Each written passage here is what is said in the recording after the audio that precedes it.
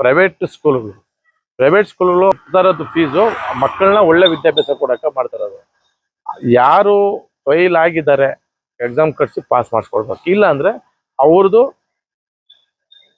10 ವರ್ಷ ಫೀಸ್ ವಾಪಸ್ ಕೊಡ್ಬೇಕು. ಅವ್ರ ಭವಿಷ್ಯ ಜೊತೆ ಆಟ ಆಡೋದಲ್ಲ ಸರ್ಕಾರ. ಅಷ್ಟೇ ಇವರು 200 ಜನ ಮಕ್ಕಳು ಇವತ್ತು ಅವ್ರ ಭವಿಷ್ಯ ಹಾಳಾಗ್ತಾ ಇದೆ.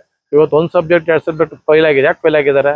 ಅಲ್ಲಿ ಮಾಸ್ಟರ್ಗಳು ಕೊರತೆ, ಕೋಚಿಂಗ್ ಕೊರತೆ ಇರೋದ್ರಿಂದ ಇವತ್ತು 700 ಜನ ವಿದ್ಯಾರ್ಥಿಗಳು ಇವತ್ತು ಬೀದಿ ಪಾಲಾಗಿದ್ದಾರೆ ಗೌರಿಬಿದನೂರು ತಾಲೂಕಲ್ಲಿ. ದಂಡಾಧಿಕಾರಿ ಮತ್ತು ಇಒ ಅವರು ಸರಿಯಾಗಿ ಕರ್ತವ್ಯ ನಿರ್ವಹಿಸ್ತಾ ಇಲ್ಲ ಅನ್ನೋದಕ್ಕೆ ಎದ್ದು ಕಾಣಿಸ್ತದೆ. ಇಲ್ಲಿ ಪ್ರೈವೇಟ್ ಸ್ಕೂಲ್ದವ್ರಿಗೆ ಅದೇನು ಅಕ್ಷರ ತಗೊಳ್ಳಿ ಆಮೇಲೆ ನಾನು ಹೇಳ್ತೀನಿ. ಇದರಿಂದ ನಾವು ಅಧಿಕಾರಿಗಳಿಗೆ ಎಚ್ಚರಿಕೆಯನ್ನು ನಾನು ಹೇಳಿದ್ದೀನಿ. ನನಗೆ ಸೋಮವಾರ ಹೊರಗಡೆ ಕೊಡ್ಬೇಕು. ಯಾಕಂದ್ರೆ ಆ ವಿದ್ಯಾರ್ಥಿಗಳು ಯಾರು ಬಂದು ಎಕ್ಸಾಮ್ ಬರ್ದಿಲ್ಲ, ಕಾರಣ ಏನು ಪ್ರಾಬ್ಲಮ್ ಮನೇಲಿ? ಯಾಕಂದ್ರೆ 200 ಜನ ವಿದ್ಯಾರ್ಥಿಗಳು ಇವತ್ತು ಬಂದು ಎಕ್ಸಾಮ್ ಬರ್ದಿಲ್ಲ, 1 ವರ್ಷ ಪೂರ್ತಿ ಓದಿ ಎಕ್ಸಾಮ್ ಬರ್ದಿಲ್ಲ. ಅವರು ಮನೆಯಲ್ಲಿ ಪರಿಸ್ಥಿತಿ ಹೆಂಗಿದೆ, ಆ ವಿದ್ಯಾರ್ಥಿ ಪರಿಸ್ಥಿತಿ ಹೆಂಗಿದೆ, ಯಾತಕ್ಕಾಗಿ ಅವ್ರು ಬಂದಿಲ್ಲ ಅನ್ನೋದು ನಮ್ಗೆ ಬೇಕಾಗಿರೋದು. ಅದಕ್ಕೆ ನಾನು ಕೇಳಿದ್ದೀನಿ, ಮಾಸ್ಟರ್ಗಳು ಕಳಿಸಿ ಹೇಳಿದ್ದಾರೆ. ಯಾವ ಮಾಸ್ಟ್ರು ಯಾವ ಸ್ಕೂಲಲ್ಲಿ ಆ ವಿದ್ಯಾರ್ಥಿ ಬಂದಿಲ್ಲ ಅನ್ನೋ ಮಾಹಿತಿ ಕಲೆಕ್ಟ್ ಮಾಡಿ ಕರೆಕ್ಟಾಗಿ ಕೊಟ್ಟಿಲ್ಲ ಅಂದರೆ ನಾನು ಎಜುಕೇಷನ್ ಮಿನಿಸ್ಟ್ರಿಗೆ ನಾನು ಲೆಟ್ರ್ ಬರೆದು ಆ ಮಾಸ್ಟರ್ನ ಸಸ್ಪೆಂಡ್ ಮಾಡೋಂಥ ಕೆಲಸ ನಾನು ಮಾಡ್ತೀನಿ.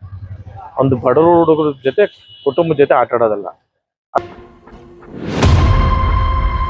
ಅದು ನಾನು BO ಅವ್ರಿಗೆ ಹೇಳಿದ್ದೀನಿ, ಸರ್ ನಾವು ಮಾಡ್ಕೊಡ್ತೀನಿ ಅಂತ ಹೇಳಿದ್ದಾರೆ. ಮಾಸ್ಟರ್ಗೆ ನೇರವಾಗಿ ಹೇಳ್ತೀನಿ, ಹೈಸ್ಕೂಲ್ ಮಾಸ್ಟರ್ಗಳಿಗೆ 10th ಸ್ಟ್ಯಾಂಡರ್ಡ್ ಕೋಚಿಂಗ್ ಕೊಟ್ಟಿರೋಂಥ ಮಾಸ್ಟರ್ಗಳಿಗೆ ನೀವು ಕೂಡಲೇ ಆ 200 ಜನ ಸ್ಟೂಡೆಂಟ್ಸ್ನ ಪತ್ತೆ ಹಾಕಿ ಅವ್ರ ಕೈಲಿ ಎಕ್ಸಾಮ್ ಬರ್ಸಿ ಪಾಸ್ ಮಾಡಿಸೋಂಥ ಕೆಲಸ ಮಾಡಬೇಕು. ಆಗಿಲ್ಲ ಅಂತ ಹೇಳಿ ಅವ್ರಿಗೇನಾರು ಆರ್ಥಿಕವಾಗಿ ಸಹಾಯ ಬೇಕಾ, ಇಲ್ಲ ಅವ್ರಿಗೇನೋ ಸಮಸ್ಯೆ ಇದೆಯಾ, ಆರೋಗ್ಯ ಸಮಸ್ಯೆ ಇದೆಯಾ, ಏನೋ ನಮ್ಮ ಫ್ಯಾಮಿಲಿ ಸಮಸ್ಯೆ ಇದೆ, ನಾನೇ ಬರ್ತೀನಿ ಖುದ್ದಾಗಿ ಅವ್ರನ್ನ ಕೈಯೇ ಕಲ್ಲೆಡ್ದು ಕರ್ಕೊಂಬಂದು ಆ ಮಗುನ ಎಕ್ಸಾಮ್ ಬರ್ಸೋಂಥ ಕೆಲಸ ನಾನು ಮಾಡ್ತೀನಿ. ಅದಕ್ಕಾಗಿ ನಾನು ಇವತ್ತು ಹೇಳಿದ್ದೀನಿ. 1 ವಾರ ಟೈಮ್ ತಗೊಂಡಿದ್ದಾರೆ. ಎಕ್ಸಾಮು 18ನೇ ತಾರೀಕು ಇರೋದು. 18ರೊಳಗಡೆ ನಾವು 5ನೇ ತಾರೀಕು ಕೂಡ ಪ್ರಿಪೇರ್ ಆಗಬೇಕು. ಇದಕ್ಕಾಗಿ ನಾನು ಇವತ್ತು ಭೇಟಿ ಕೊಟ್ಟು ಇವತ್ತು ನಮ್ಮ BO ಅವರಿಗೆ ಎಚ್ಚರಿಕೆಯನ್ನು ನೀಡಿದ್ದೀನಿ. ಇದಕ್ಕೆ ಮೂಲ ಕಾರಣಕರ್ತರುಗಳು ದಂಡಾಧಿಕಾರಿ ಮತ್ತು ಇಒ ಅವರು ಸರಿಯಾಗಿ ಕರ್ತವ್ಯ ನಿರ್ವಹಿಸ್ತಾ ಇಲ್ಲ ಅನ್ನೋದಕ್ಕೆ ಎದ್ದು ಕಾಣಿಸ್ತದೆ. ಇಲ್ಲಿ ಪ್ರೈವೇಟ್ ಸ್ಕೂಲ್ದವ್ರಿಗೆ ಅದೇನು ಅಕ್ಷರ ತಗೊಳ್ಳಿ ಆಮೇಲೆ ನಾನು ಹೇಳ್ತೀನಿ. ಬಿದನೂರಿನಲ್ಲಿ 700 SSLC ವಿದ್ಯಾರ್ಥಿಗಳ ಭವಿಷ್ಯ ಅತಂತ್ರ, ಶಿಕ್ಷಣ ಇಲಾಖೆ ವಿರುದ್ಧ ಡಾಕ್ಟರ್ ಕೆ ಕೆಂಪರಾಜ್ ಆಕ್ರೋಶ.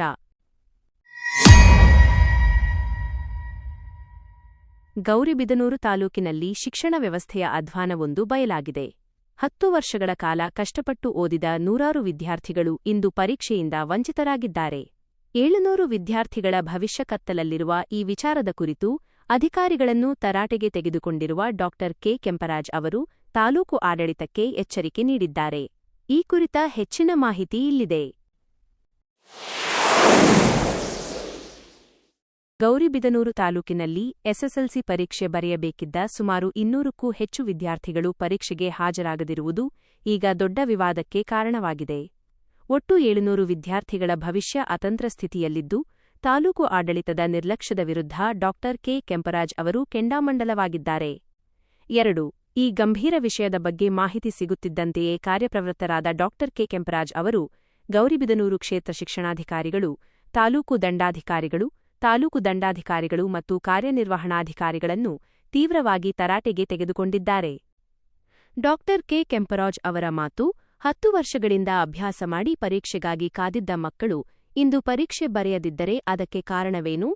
ಅಧಿಕಾರಿಗಳ ನಿರ್ಲಕ್ಷ್ಯ ಇಲ್ಲಿ ಎದ್ದು ಕಾಣುತ್ತಿದೆ. ಪ್ರತಿಯೊಬ್ಬ ವಿದ್ಯಾರ್ಥಿಯ ಮನೆಗೂ ಹೋಗಿ ಅವರಿಗೆ ಪರೀಕ್ಷೆ ಕಟ್ಟಿಸಿ ಅವರ ಬಾಳಿಗೆ ಬೆಳಕಾಗಬೇಕು. ಒಂದು ವೇಳೆ ವಿದ್ಯಾರ್ಥಿಗಳಿಗೆ ಆರ್ಥಿಕ ತೊಂದರೆ ಇದ್ದರೆ ಅದನ್ನು ನಾನೇ ವೈಯಕ್ತಿಕವಾಗಿ ಭರಿಸಲು ಸಿದ್ಧನಿದ್ದೇನೆ. ವರದಿಯ ಮುಖ್ಯಾಂಶಗಳು. ವಿದ್ಯಾರ್ಥಿಗಳ ನೆರವಿಗೆ ಧಾವಿಸಿದ ನಾಯಕ.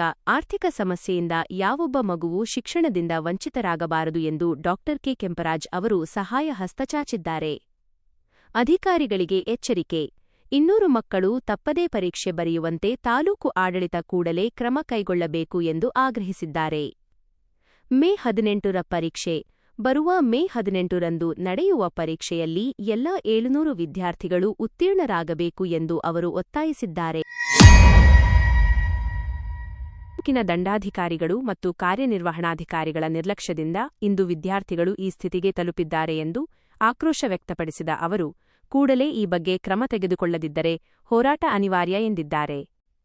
ಶೈಕ್ಷಣಿಕವಾಗಿ ಮುಂಚೂಣಿಯಲ್ಲಿರಬೇಕಾದ ತಾಲೂಕಿನಲ್ಲಿ ಇಂತಹ ಘಟನೆ ನಡೆದಿರುವುದು ವಿಷಾದನೀಯ. ಡಾಕ್ಟರ್ ಕೆ ಕೆಂಪರಾಜ್ ಅವರ ಈ ಎಚ್ಚರಿಕೆಯ ನಂತರ ಅಧಿಕಾರಿಗಳು ಎಷ್ಟು ವೇಗವಾಗಿ ಸ್ಪಂದಿಸುತ್ತಾರೆ ಎಂಬುದನ್ನು ಕಾದು ನೋಡಬೇಕಿದೆ. ನಿರಂತರ ಸುದ್ದಿಗಾಗಿ ನೋಡ್ತಾ ಇರಿ RRS ನ್ಯೂಸ್.